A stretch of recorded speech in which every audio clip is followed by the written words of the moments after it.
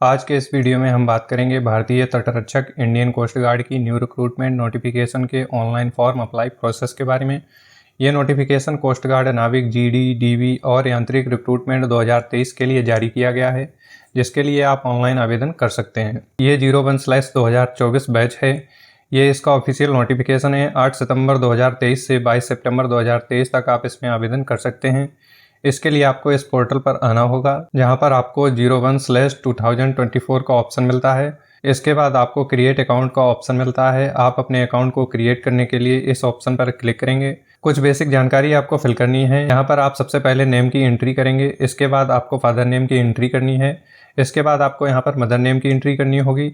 इसके बाद नेशनलिटी आपको सिलेक्ट करना होगा। आपका जेंडर सिलेक्ट करना होगा। आपकी मेल आईडी आपको यहाँ पर एंटर करनी होगी। आपका मोबाइल नंबर आपको यहाँ पर एंटर करना होगा और इसके बाद जनरेट ओटीपी पर क्लिक करेंगे। आपकी मेल आईडी पर और एसएमएस के जरिए मोबाइल पर आपको ओटीपी आ जाएगा। वो ओटीपी आपको डालना है। इसके बाद आपको इस रिक्रूटमेंट की इन्फॉर्मेशन कैसे मिली वो आप सिलेक्ट करेंगे और उसके बाद सबमिट करेंगे। इसके बाद जब आपका रजिस्ट्रेशन कंप्लीट हो जाएगा, इसके बाद एक पासवर्ड आपकी मेल आईडी और आपके मोबाइल पर एसएमएस के जरिए सेंड कर दिया जाएगा। अब आप उस पासवर्ड को यूज करके लॉगिन करेंगे। लॉगिन करने के बाद नेक्स्ट ऑप्शन रीसेट पासवर्ड का है। आपका पासवर्ड 8 से 16 कैरेक्टर का होना चाहिए। इसमें आप upper case, lower case, special characters और नंबर्स का यूज करेंगे। पासवर्ड जनरेट करने के बाद आप इस कैप्चा को फिल करेंगे और कंटिन्यू कर देंगे। पासवर्ड रीसेट होने के बाद आप दोबारा से लॉगिन करेंगे। आपके सामने न्यू पेज ओपन हो जाएगा। इसके बाद आप इसे डिक्लेयर करेंगे और सबमिट कर देंगे। सबमिट करने के बाद आपका डैशबोर्ड ओपन हो जाएगा। आपको यहाँ पर आधार कार्ड नंबर देना है। नीचे भी ऑप्शन है आईडी प्रूफ का, तो आप ID proof, Aadhaar card, DL, passport, voter ID, PAN card, कोई भी ऑप्शन यहाँ पर सिलेक्ट कर सकते हैं। और सिलेक्ट करने के बाद उस आईडी का नंबर आपको 2 बार देना होगा। इसके बाद आइडेंटिफिकेशन मार्क में कोई भी मोल, कट या बर्न का निशान आपके हाथ, पैर या चेहरे पर है जो कि विजिबल हो, आप उसकी जानकारी दे सकते हैं। नहीं तो आप दोनों में नो मार्क की एंट्री कर सकते हैं। इसके बाद कैटेगरी ऑप्शन में आप अपनी category general, OBC, EWS, SC, ST जो भी है वो आप यहाँ पर सेलेक्ट करेंगे। इसके बाद कास्ट सर्टिफिकेट की डेट ऑफ इशू मीन्स आपका सर्टिफिकेट कब इशू हुआ है वो जानकारी आपको देनी होगी। इसकी वैलिडिटी क्या है, अगर आपके सर्टिफिकेट पर वैलिडिटी डेट मेंशन है, कब तक वो वैलिड है, तो आप इस ऑप्शन को सिलेक्ट करेंगे। अगर कोई भी वैलिडिटी डेट मेंशन नहीं है तो आप ऑलवेज वैलिड वाले ऑप्शन को सिलेक्ट करेंगे। इसके बाद आपका जो भी डेट ऑफ बर्थ है वो आप इस कैलेंडर के माध्यम से सिलेक्ट कर सकते हैं। अब यहाँ पर देखिए, आपका जो एज क्राइटेरिया है वो 18 से 25 साल का होना चाहिए। इसका मतलब आपका जन्म 1 मई 2020 से 30 अप्रैल 2006 के बीच में होना चाहिए।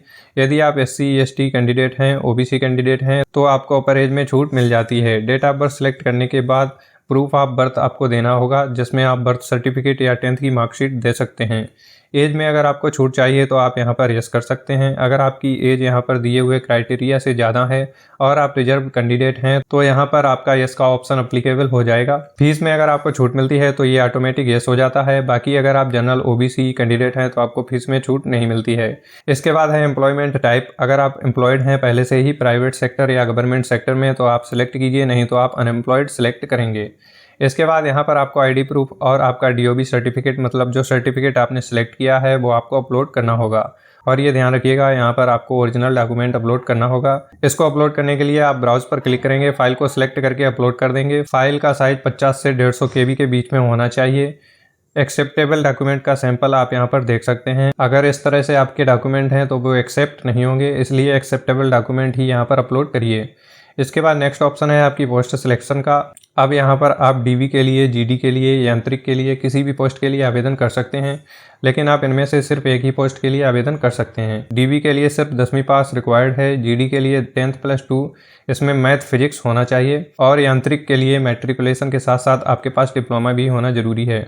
तो यहाँ पर आप जिस पोस्ट में अप्लाई करना चाहते हैं उस पोस्ट को सिलेक्ट करेंगे और सेव पर क्लिक करेंगे। अब आपके सामने यहाँ पर 10th का ऑप्शन आएगा। यदि आप सिर्फ डीवी के लिए अप्लाई कर रहे हैं तो ओनली 10th की ही डिटेल्स आपको फिल करनी है।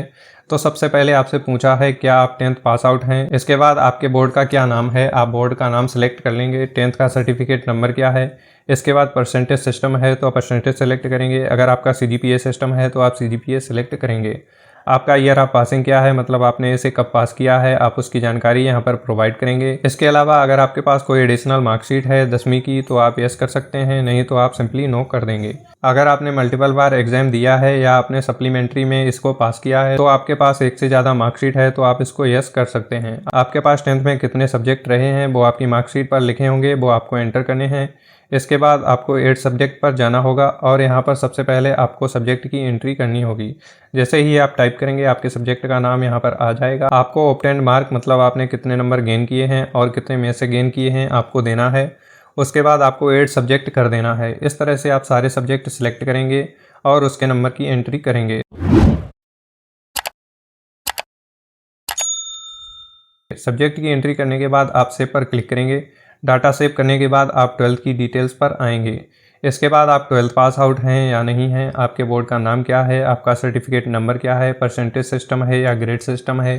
इसके बाद आपका ईयर ऑफ पासिंग क्या है, एडिशनल मार्कशीट आपके पास है या नहीं है, कितने सब्जेक्ट आपने पढ़े हैं वो आपको देना होगा। इसके बाद यहाँ पर आपको फिजिक्स और मैथमेटिक्स के नंबर्स की एंट्री करनी होगी। तो फ्रेंड्स यहाँ पर आप अपने अकॉर्डिंग डाटा को एंटर करेंगे।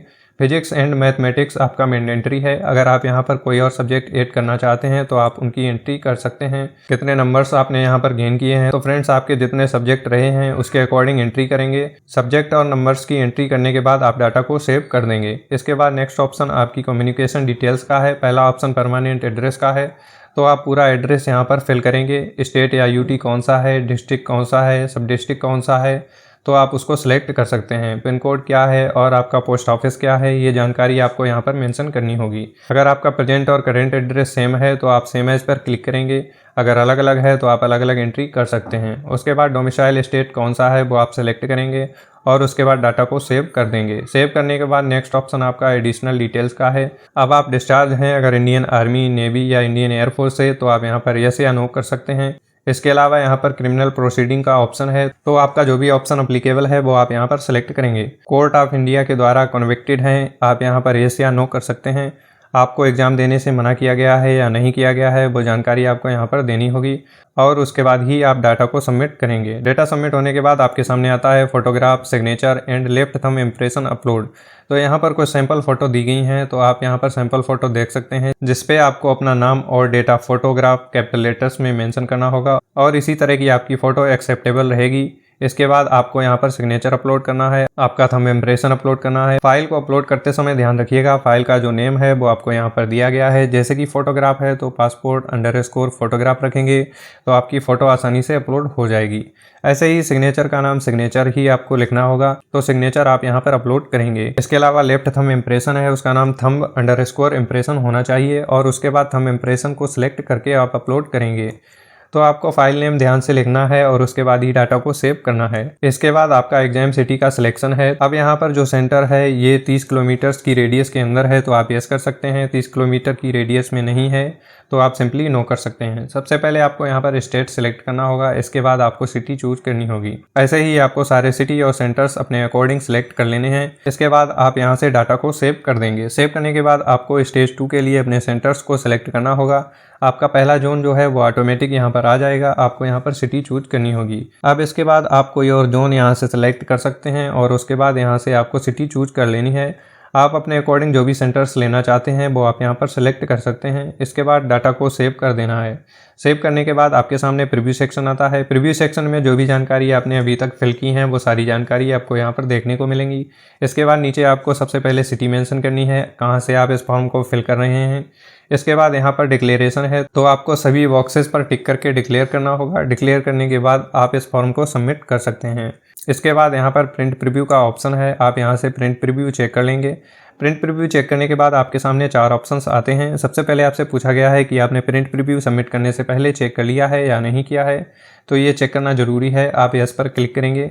इसके बाद आपसे पूछा गया है कि आप एप्लीकेशन फॉर्म को एडिट करना चाहते हैं या फिर डॉक्यूमेंट्स को अपलोड करना चाहते हैं। यदि आपकी डिटेल्स आपके एप्लीकेशन फॉर्म में गलत फिल हो गई है या डॉक्यूमेंट्स में गलत डॉक्यूमेंट अपलोड कर दिया है, तो यदि आप एडिट करना चाहते हैं तो यस कर सकते हैं, नहीं तो आप इसमें नो करेंगे।